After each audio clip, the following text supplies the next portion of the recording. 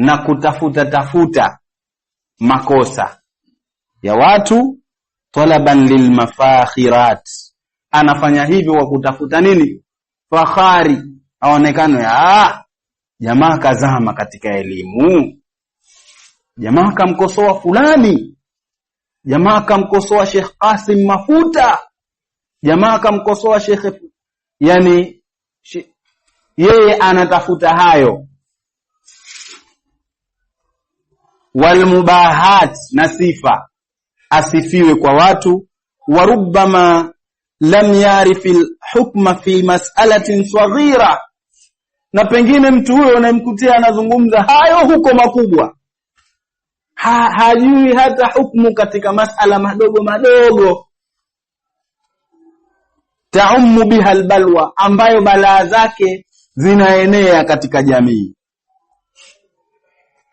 Labda nitoe mifano ambayo yanakwenda sambamba na huyu kijana tunayemzungumza kwamba yeye yuko hivi. Juzi tu, kama utarejea kwenye muhadhara wetu tulioutoa pale Aqsa, kuna maelezo mazuri tuliyasoma kuhusiana na kumkosoa mwenye mamlaka. Muangalieni kijana kwenye YouTube anavyofanya.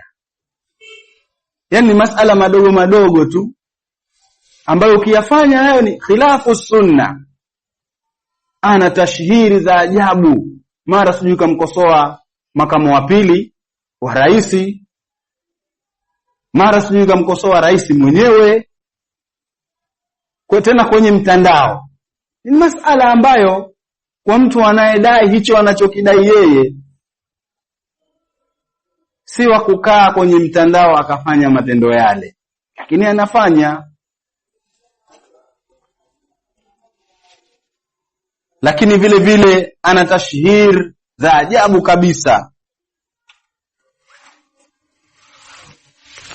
Juzi tu, hapana sio juzi, ni jana, alituma video, yani baada ya ile ya kumkosoa rais, akatuma jana video nyingine, anamradi katibu mtendaji ofisi ya mufti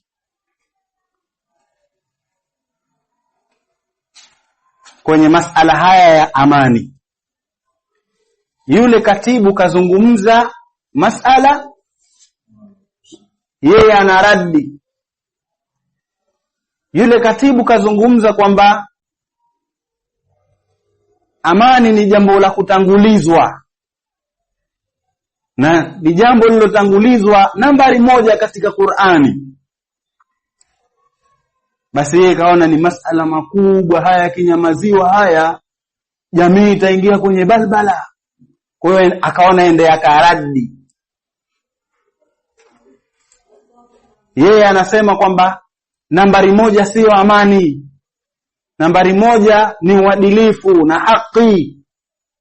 Kawa anazungumza maneno mengi na kupeleka mashambulizi makali, mkiingia mtamsikia.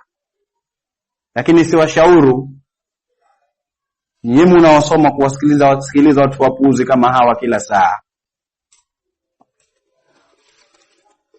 Kwa hiyo akawa yeye anaradi kwamba jambo linalotangulizwa, na hili ni swala jepesi tu. Yule katibu kazungumza sawa, kwa sababu ukiangalia ule Uislamu wenyewe ulivyoanza, basi amani ni muqaddam, amani inatangulizwa. Amani ilichungwa kwa Waislamu waliokuwa madhaifu miaka 10 ya ulinganizi wa Makka. Walikuwa wanatamani waamrishwe siku moja, labda hawa watu wanaotuadhibu hawa tuamrishwe tupigane nao. Alam tara ila alladhina qila lahum kuffu aydiyakum wa aqimus salata wa atuz zakata falamma kutiba alayhimul qitalu idha fariqun minhum yakhshawna an-nasa ka khashyati llahi au ashadda khashya. Al-aya,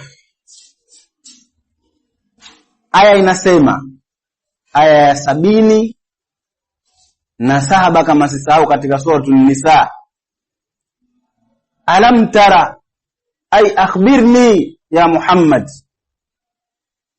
ila alladhina qila lahum, kuhusu watu ambao waliambiwa kufu aidiakum, fungeni, zuieni mikono yenu. Waislamu walikuwa wanatamani tuamrishwe siku moja, hebu watu tupambane nao.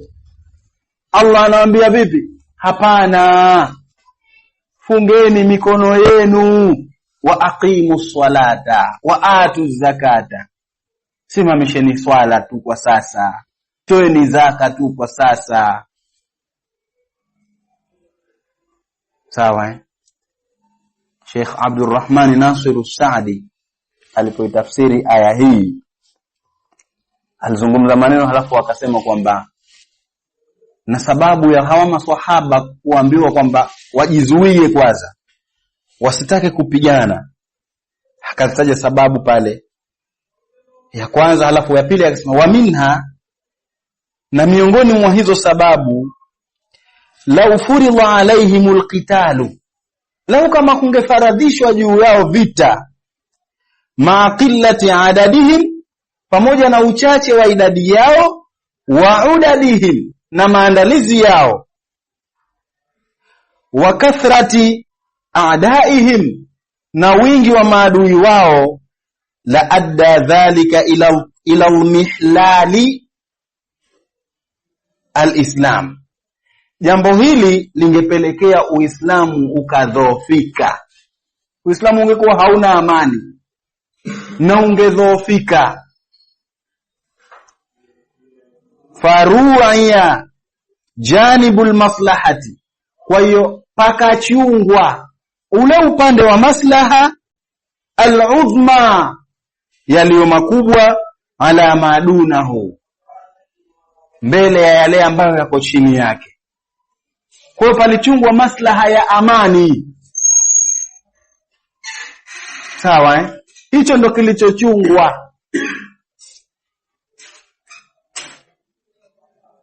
Sasa amani katika Uislamu ni mukaddam, ni jambo la mwanzo. Ukiufuatilia vizuri historia utagundua hivyo. Basi yeye huyu bwana anaminyana mpaka mishipa ya shingo ile inadhihiri kwamba mwanzo haki bana, mwanzo uadilifu. Huku akikariri maneno ya awamun nas, wanazungumza wale awamun nas, halafu akisimama hapo watu wanaona ni shekhe mkubwa. Awamun nas wanazungumza vipi? Ambayo hayo maneno ndo anayakariri yeye kila siku mitandaoni na kuyasapoti. Hajui kwamba anawaonyesha wanaoelewa kwamba huyu mtu hana taaswil katika ulumu salafia, hamuna chochote, ni mtupu. Watu wanakariri kwamba kama hakuna haki, hakuna amani, basi naye anasapoti kama bendera vile, upepo unakovumia na yeye ndo anakovumia. Lengo anatafuta radhi za watu, hajui kwamba ridwan nasu ghayatun la tudraku, radhi za watu ni lengo lisilofikika. Sasa yeye amelishikilia hilo neno na yeye na kusherehesha na kulifafanua, huku akihangaika kudownload vitabu, hajui vimetungwa na kina nani, wana falsafa, wana siasa, akinukuu maneno yao. Lakini kaida ndogo ndogo tu zinaonyesha kwamba haya maneno anayozungumza huyu yako kinyume na hivyo anavyofahamu yeye, kwamba kama hakuna haki hakuna amani. Amani itakuja yenyewe haki ikitendeka. Si sawa sawa, kwa sababu Uislamu huu katika kaida zake al-kubra wanasemaje? Fa in tazahama adadul hamna, sema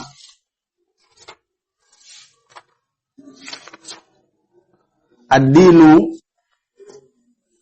mabni ala al-masalih fi jalbiha wad-dar'i lil-qaba'ih.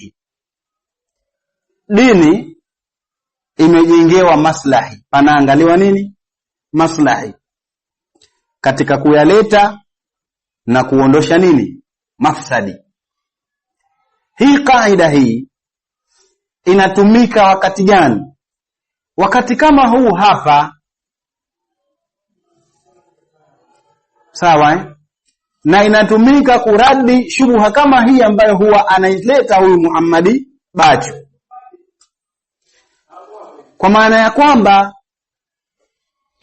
kama itakuwa kuidai haki kutasababisha uvunjifu wa amani, kutasababisha za'za'atul amni,